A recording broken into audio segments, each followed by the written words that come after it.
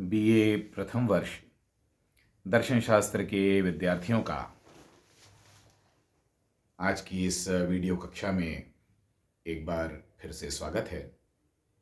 विद्यार्थी पिछले कई कक्षाओं में, पिछली कई वीडियोस में लगातार अरस्तू के विषय में अध्ययन कर रहे हैं। हमारी पिछली चर्चा में हमने अरस्तू सम्मत ईश्वर विचार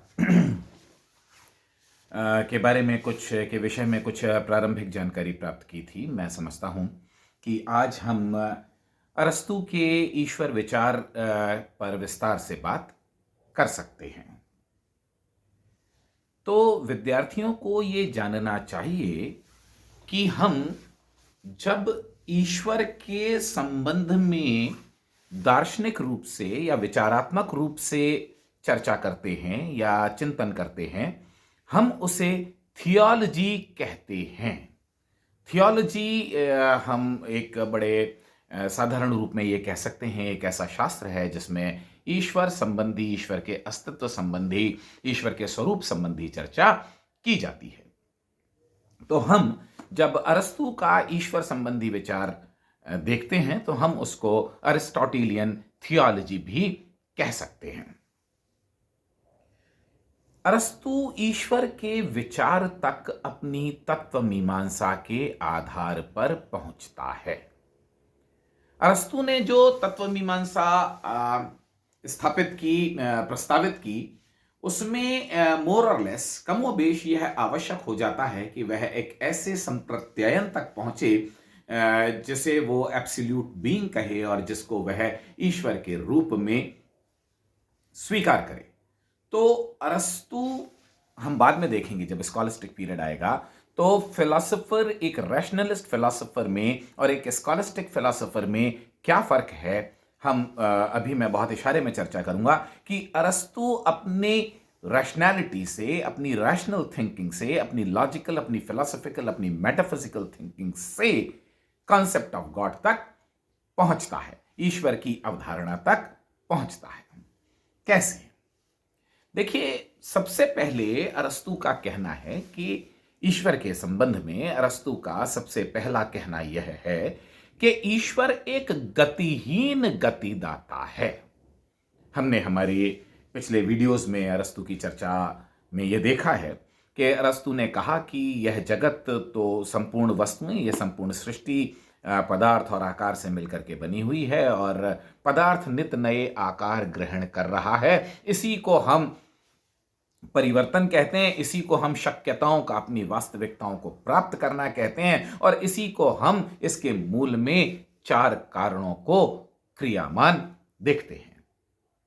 प्रश्न यह उठता है कि यदि हम इस गति को, इस संसार में जो भी गति हो रही है, इसको हम शाश्वत मानते हैं, हम ये मान करके चलते हैं कि संसार निरंतर परिवर्तनशील है और गति कर रहा है, तो हम ये तो कह सकते हैं कि एक्स चीज को गति वाई से मिलती है, वाई चीज को गति जेड से मिलती है, एटसेट्रा एटसेट्रा। हम आगे बढ़ते जा सकते हैं। लेकिन यदि हम यह मानते हैं कि कोई भी वस्तु अपनी गति किसी अन्य वस्तु से प्राप्त करती है, तो हमको अनावस्था दोष से बचने के लिए एक ऐसी सत्ता की कल्पना करनी पड़ेगी जो स्वयं गति नहीं करती बल्कि अन्य सभी चीजों की प्रारंभिक गति दाता है। Then God is that first unmoved mover.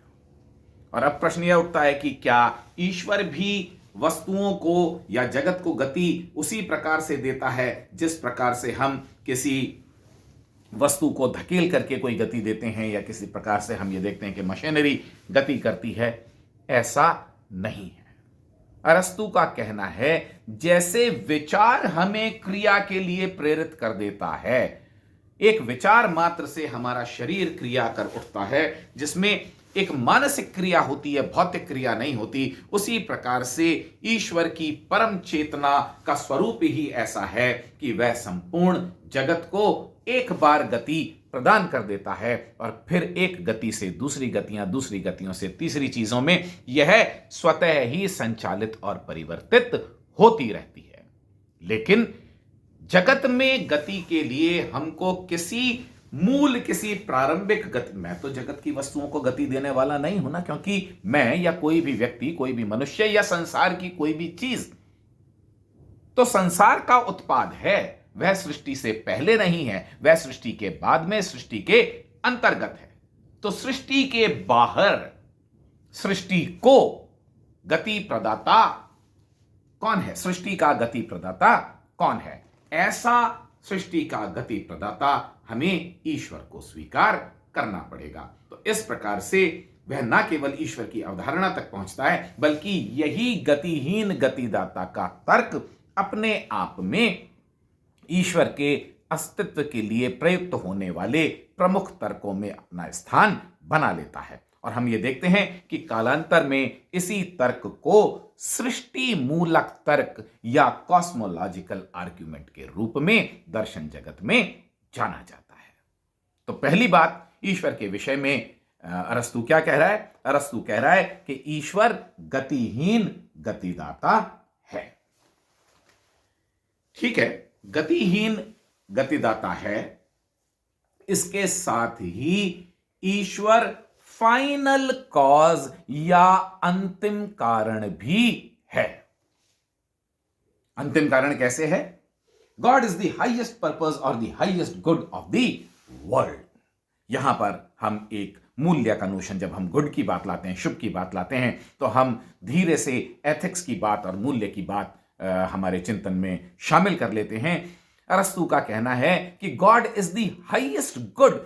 मनुष्य जो कल्पना कर सकता है परम शुभ की, वह परम शुभ कहां अवस्थित है? वह परम शुभ वस्तुतः ईश्वर ही है। God is the principal that accounts for all order and beauty. इस जगत की संपूर्ण व्यवस्था और इस जगत के संपूर्ण सौंदर्य, देखिए ब्यूटी यहां पर केवल एक शक्ल की या एक सूरत की या मूरत की ब्यूटी की बात नहीं है। यहां पर ब्यूटी एक व्यापक एस्थेटिक, एक व्यापक सौंदर्य शास्त्रीय रूप में प्रयुक्त हुआ है। तो इस जगत का जो संपूर्ण व्यवस्था है, बहुत पहले नोस नाम की बात हुई थी प्री सोक्रेटिक फिलॉसफी में, जो एनेक्सागोरस ने की थी, उसी कॉन्सेप्ट को अरस्तु आगे बढ़ाता है और वह कहता है कि इस संसार में जो हमको व्यवस्था दिखाई देती है, व्यवस्था दिखाई देती है या नहीं दिखाई देती है? बहुत सारे लोग ये कह सकते हैं कि संसार में व्यवस्थाएं हैं ही कहां, यहां पर तो सब कुछ बाई चांस एक्सीडेंटली हो रहा है। ऐसा नहीं है।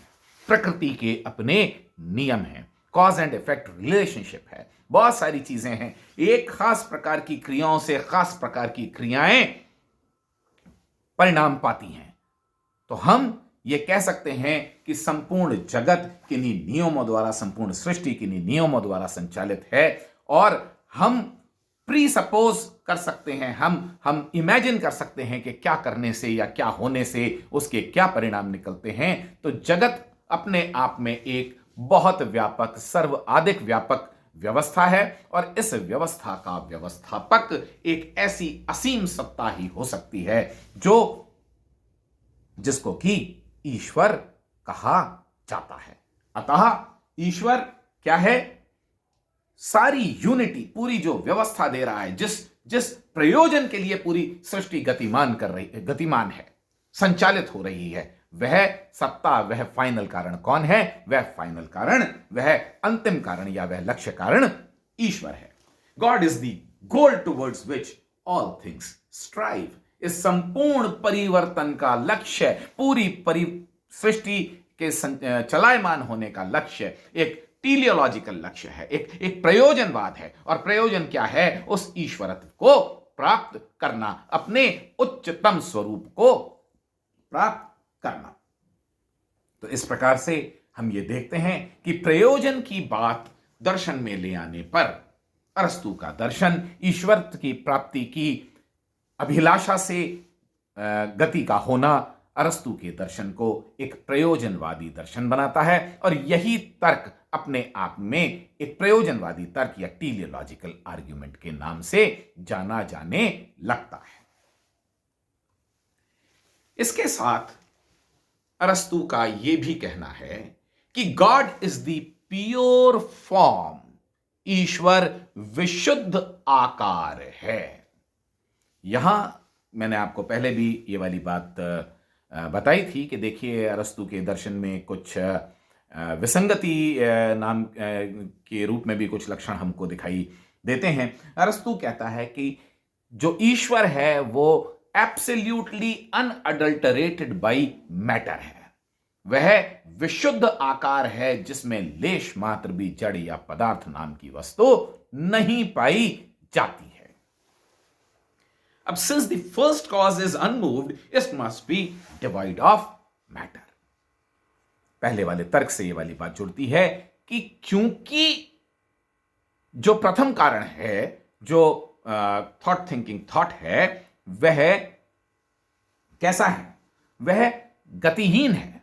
गतिहीन गतिदाता कहा ना, तो गतिहीन कहने का क्या तात्पर्य है कि यदि हम उसमें पदार्थ का पुट मान लेंगे, जिस भी वस्तु में पदार्थ का पुट है, जैसी कि सृष्टि की सारी वस्तुएं हैं, तो वह अपूर्ण है, और जो अपूर्ण है वह अपने शुद्ध आकार की प्राप्ति की ओर अग्रसर है, उसके लिए वह प्रयासरत है। तो यदि हम ईश्वर में जड़त्व का या पदार्थ का पुट मान लेंगे तो हमको ईश्वर को अपूर्ण मानना पड़ेगा, और जो अपूर्ण है उसको फिर आगे के किसी आकार की ओर अग्रसर होना पड़ेगा।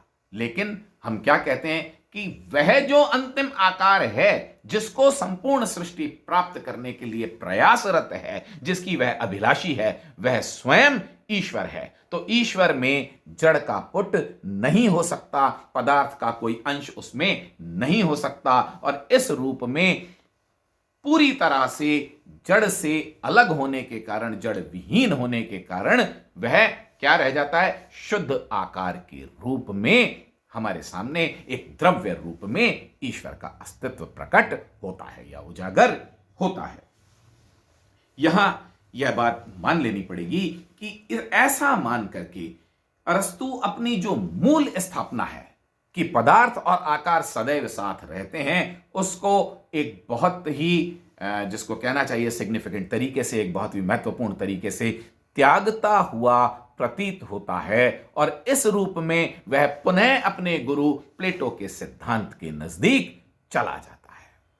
मैं समझता हूं कि अभी की कक्षा में इतने तर्क के बारे में समझना पर्याप्त है। आगामी तर्कों की बातें, जो शेष तर्क हैं प्लेटो के, या प्लेटो का जो दर्शन है ईश्वर के विषय में जो उसने चिंतन प्रस्तुत किया है, उसे आने वाली कक्षा में देखेंगे। Thank you very much.